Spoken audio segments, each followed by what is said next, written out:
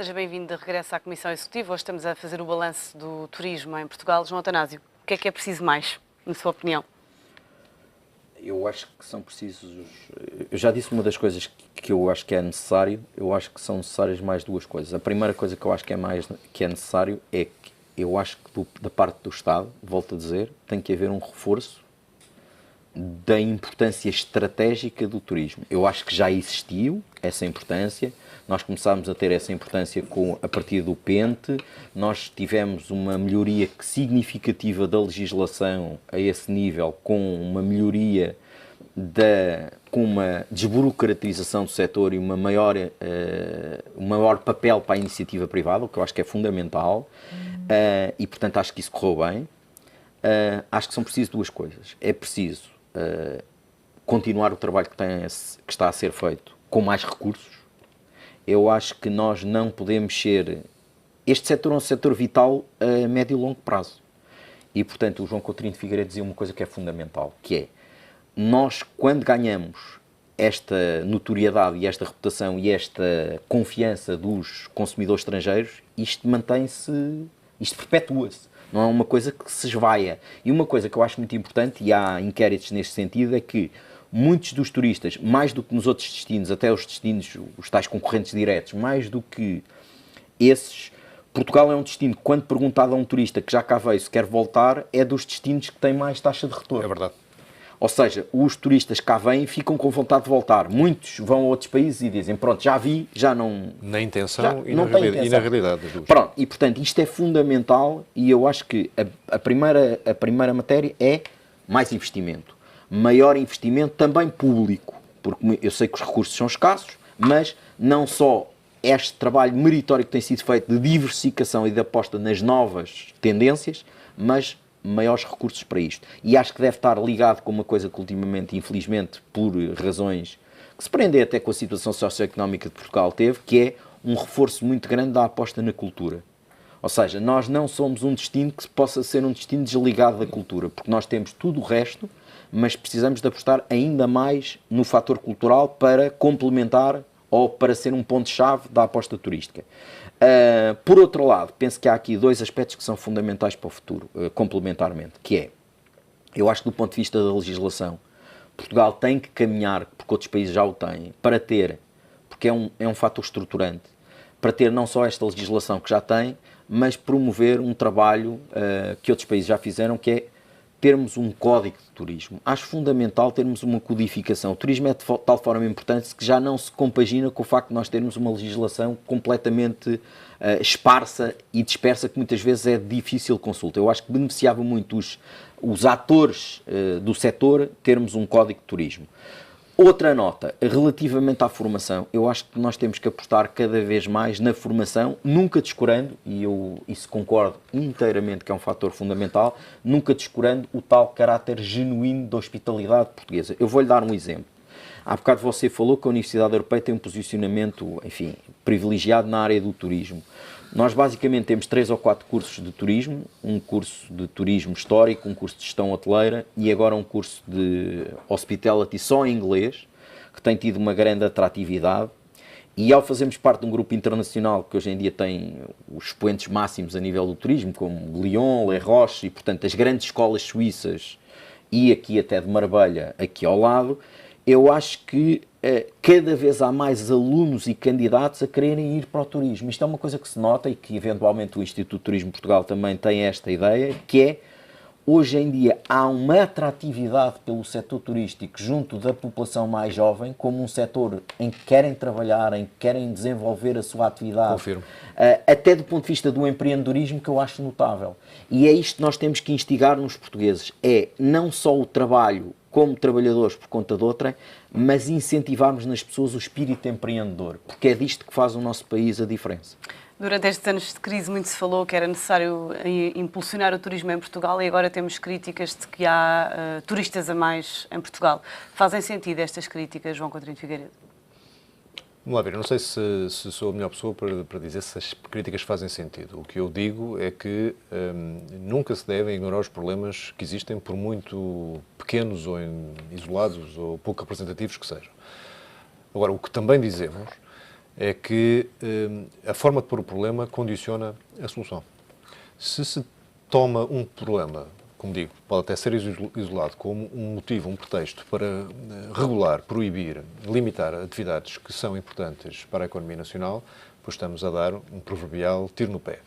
Se, ao contrário, definirmos com rigor, com realismo, mas também com algum orgulho, que o turismo é para Portugal uma atividade importante e que o turismo tem feito, nomeadamente pela regeneração dos centros urbanos, pela reanimação cultural e artística das cidades, pelo nível de vida dos cidadãos que vivem nos centros urbanos. Se reconhecemos isso e se reconhecermos ao mesmo tempo que o crescimento que tem tido cria algumas tensões entre aquilo que existia e aquilo que passou a existir, então tratamos essas tensões e esses problemas como coisas que têm que ser resolvidos para que os benefícios do turismo possam continuar. É totalmente diferente. Portanto, temos que nos centrar naquilo que é positivo do lado do turismo e que tem que continuar a ser positivo e que tem potencial para ajudar muitas pessoas a saírem de uma situação económica difícil em termos individuais. Aquilo que não é suficientemente sublinhado, e sobretudo não é sublinhado ao mesmo tempo que se discutem os problemas, é a quantidade de pessoas cuja vida melhorou muitíssimo nas cidades por via da existência de turistas que querem exatamente fruir desses centros históricos. Portanto, vamos tratar dos problemas, que certamente existem, que não estou a menosprezar, como forma de garantir que essas pessoas que melhoraram de vida possam continuar a melhorar de vida e mais, chamem outras que possam fazer o mesmo. Queria só voltar atrás em relação aqui a uma coisa que diz o João Eutanásia, que eu acho importantíssima, e que tem a ver com a qualificação. Aliás, quando pergunta quais são as coisas que temos que fazer melhor, eu acho que uma já foi dita e é, de facto, a afirmação do turismo como atividade económica, no seu sentido político, mais puro, de estar presente nas decisões ambientais, fiscais, de transportes, que afetam o turismo como atividade muito transversal à economia portuguesa. Segundo grande desafio, continuar a fazer do estímulo à procura, da promoção, se quiser, um trabalho cada vez mais profissional, que o é, não é para amadores, não é para políticos, não é para pessoas que curiosamente falam de turismo. É um trabalho cada vez mais profissional.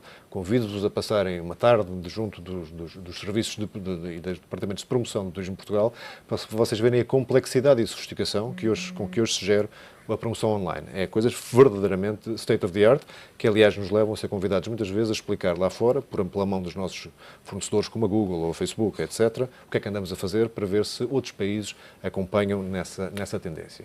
Terceiro grande desafio, alinhar a oferta. Nós já não somos e se calhar nunca fomos nesse sentido, uma economia estatizada dirigista, não vamos dizer onde é que as pessoas podem ou não podem investir, mas temos que alinhar a oferta. E dois grandes problemas aí se põem. O primeiro é que temos de tratar das taxas de ocupação muito antes de tratar de aumentar ofertas, nomeadamente de alojamento, em determinadas zonas do país. Portanto, aqui o desafio é ocupar melhor, durante mais tempo, durante mais épocas do ano, aquilo que temos oferecido. Portanto, o problema da sazonalidade e da rentabilidade das empresas que estão já a operar. E o segundo é o empreendedorismo. Foi aqui muito bem referido e sublinhado que não há desenvolvimento de nenhuma atividade económica e também no turismo se não houver inovação, se não houver uma renovação também do tecido empresarial, ideias novas, muitas vezes pessoas novas, a trazer energia e ideias para o setor. E daí que o Turismo de Portugal esteja, no último ano e meio, muito envolvido numa série importante de iniciativas na área da aceleração e incubação de empresas, com resultados que são absolutamente notáveis. Posso dizer-vos que 1/3 das empresas aceleradas ou incubadas em Portugal em todo o ecossistema do empreendedorismo tem a ver com o turismo. Portanto, é provavelmente o dobro da cota natural do turismo em Portugal. Dessas, há quase metade, mais de 40%, que são de empreendedores estrangeiros que olham para Portugal como um sítio ideal para incubar a sua ideia no turismo. Portanto, este posicionamento de Portugal como um startup hub de turismo está a ganhar força e a ganhar raízes. E, finalmente, o tema da qualificação, que foi aqui muito bem sublinhado. Nós temos que continuar a melhorar, a qualificar, não só aquilo que já disse, as próprias infraestruturas, mas as pessoas, sobretudo. E as pessoas, quer na ótica daqueles que vão ser profissionais do turismo, quer na ótica daqueles que têm a obrigação de gerir a coisa turística e, portanto, cujas ferramentas hoje em dia também já não são propriamente aquelas coisas simples e básicas que no passado se ensinavam, e aqui a Universidade Europeia tem um papel, de facto, muito destacado e com quem nós temos o prazer de colaborar numa série de coisas, e sendo nós também a entidade responsável pelas 12 escolas de hotelaria que existem espalhadas pelo país, em relação às quais temos a preocupação de cada vez mais formar de acordo com aquilo que são as necessidades das empresas, mas arranjar uma ponte entre este ensino profissional e o ensino superior que tem que ter uma sequência. Há muitos e muitos alunos que escolhem, de facto, as escolas de hotelaria porque veem a empregabilidade, veem o interesse, veem a atração do turismo, mas muitas delas têm potencial e vontade de fazer mais. E, portanto, tem que haver esta ponte entre o ensino profissional e o ensino superior. Apraz-me registar que, no caso da Universidade Europeia e de algumas outras, esse caminho tem sido feito e é um dos aspectos importantes para a sustentação do turismo em Portugal. Pedro, e esta questão das startups virem para Portugal, a reforma do IRC ajudou a atrair investimento e ajudou a facilitar as coisas neste sentido? Vamos ver, ainda não tivemos tempo suficiente para realmente avaliar aquilo que me pergunta, mas esperemos que realmente essa seja uma situação que também seja promotora do turismo. Relativamente àquilo que diz o João Coutinho de Figueiredo, eu queria aqui dizer mais alguma coisa. Queria dizer que era importantíssimo realmente reforçar aquilo que é uma estratégia multissetorial nesta área do turismo. Ou seja, tentar cada vez mais que o público e o privado criem uma dinâmica muito profícua nesta área do turismo. É absolutamente fundamental que, no fundo, as políticas públicas sejam combinadas com a economia e, designadamente, em determinadas áreas como os transportes, a energia sustentável, o João Atanásio já falou disso, de forma a que, de alguma forma, isto engrene cada vez melhor na sociedade portuguesa e tenha repercussões ao nível exterior. Eu acho que isto é fundamental. João Atanásio, a sustentabilidade do crescimento é o novo desafio? Quando nós atingimos crescimentos na economia atual e num país como Portugal de 2 dígitos, põe-se sempre o problema da sustentabilidade, obviamente, porque nós não podemos querer, durante toda a vida, crescer a 2 dígitos. Isso é uma impossibilidade. Enfim, seria excelente, mas isso temos que ser realistas. E, portanto, eu acho que o João Coutinho de Figueiredo disse uma coisa que eu acho que é fundamental e que não é fácil. E ele, aliás, embora não tão diretamente como eu estou a dizê-lo, deixou nas entrelinhas, que não é fácil e tem que ser uma política que tem que ser feita com algum cuidado, porque assim, nós não podemos condicionar o mercado sob pena de sermos dirigistas, estatistas, etc. Mas, por outro lado, precisamos dar sinais. Ou seja, precisamos dar sinais daquilo que queremos. Porque se nós temos também oferta excessivamente massificada, eu não estou a dizer excesso de turistas, estou a dizer o tipo de oferta que nós não queremos, se prevalece, podemos deteriorar todo o trabalho que existe para qualificar a oferta portuguesa.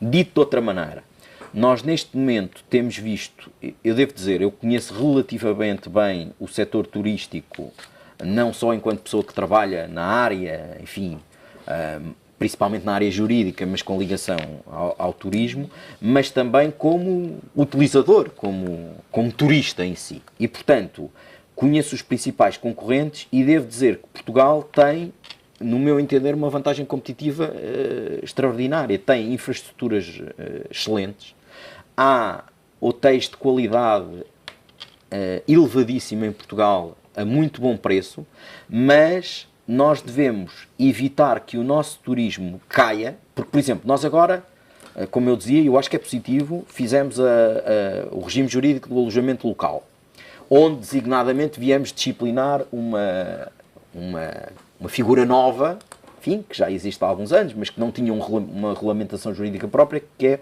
o caso dos hostels.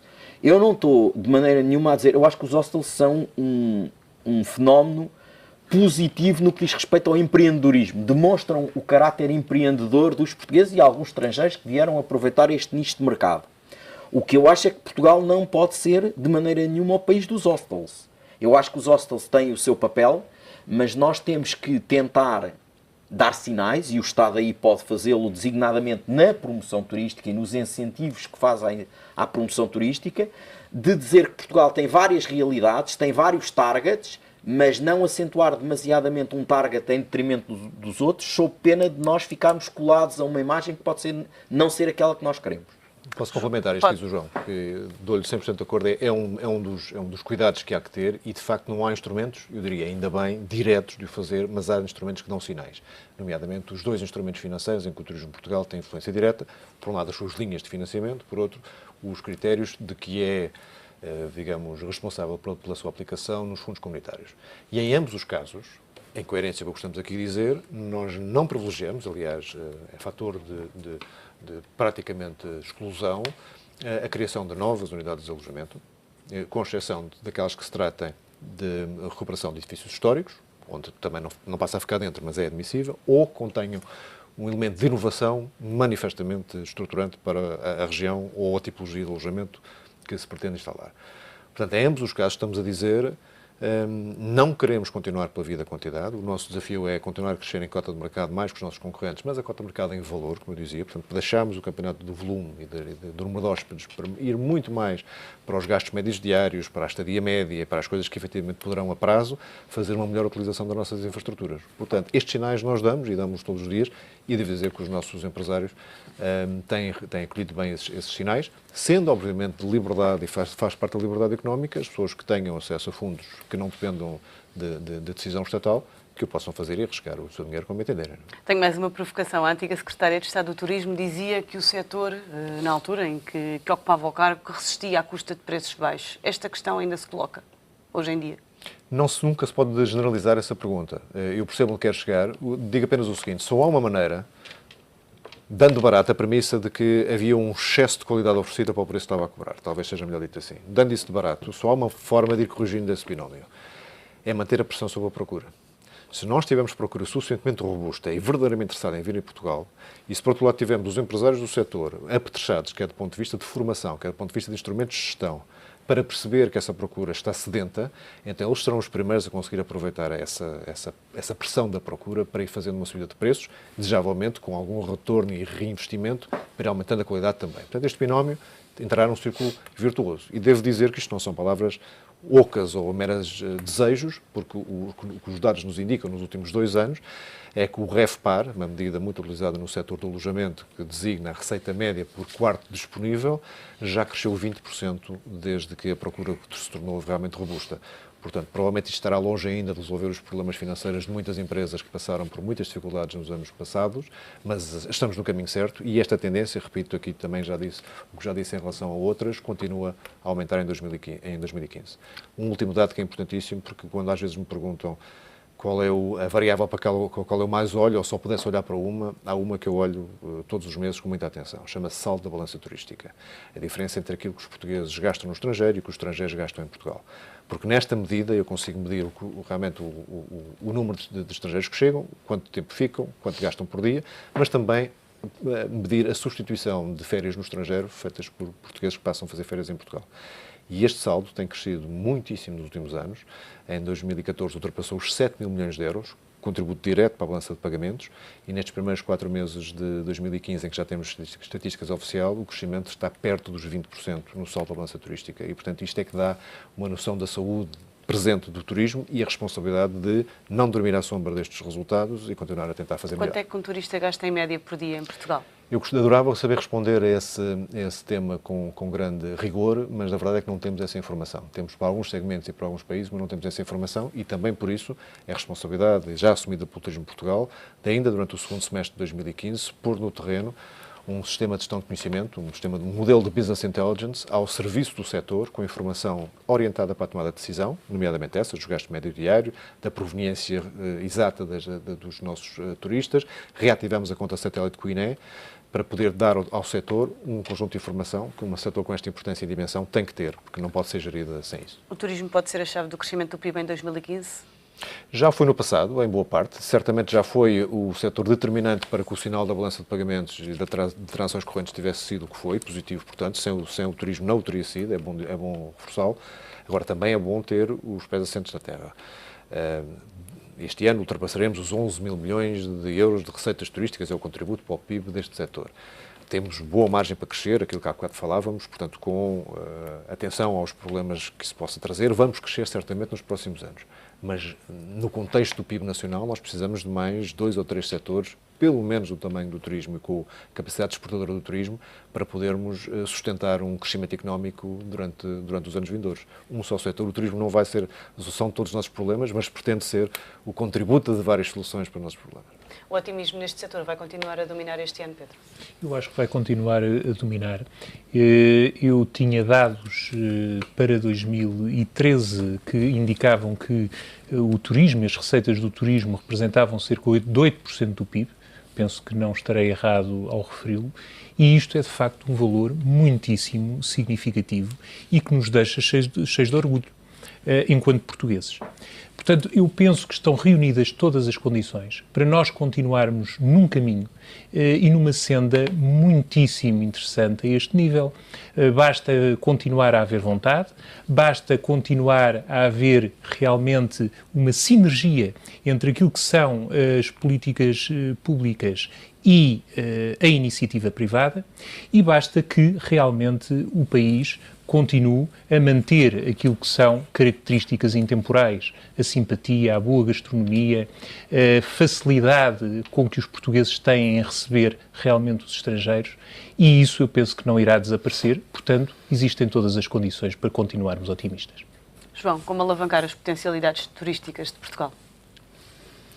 Eu acho que já dissemos aqui tudo. Temos que melhorar. Em jeito de conclusão. Em jeito de conclusão, eu se tivesse de dizer uma coisa, dizia: Portugal tem que deixar de estar na moda para passar a ser a moda. Portugal, o estar na moda eu acho que já é uma coisa que é um bocadinho passado. Portugal, no setor do turismo, é hoje em dia um player essencial no mercado internacional. E, portanto, nós não podemos estar sempre a dizer Portugal está na moda. É bom estar na moda, mas eu acho que já é mais do que estar na moda. Portugal é um player internacional com qualidade, já com políticas de desenvolvimento e com uma profissionalização. Eu penso que esta é a chave. E ficamos com essa chave. Profissionalização. Muito obrigada a todos pela vossa presença e análise na Comissão Executiva de hoje. Estamos de regresso amanhã para analisar o Estado da Nação. Contamos consigo. Até lá.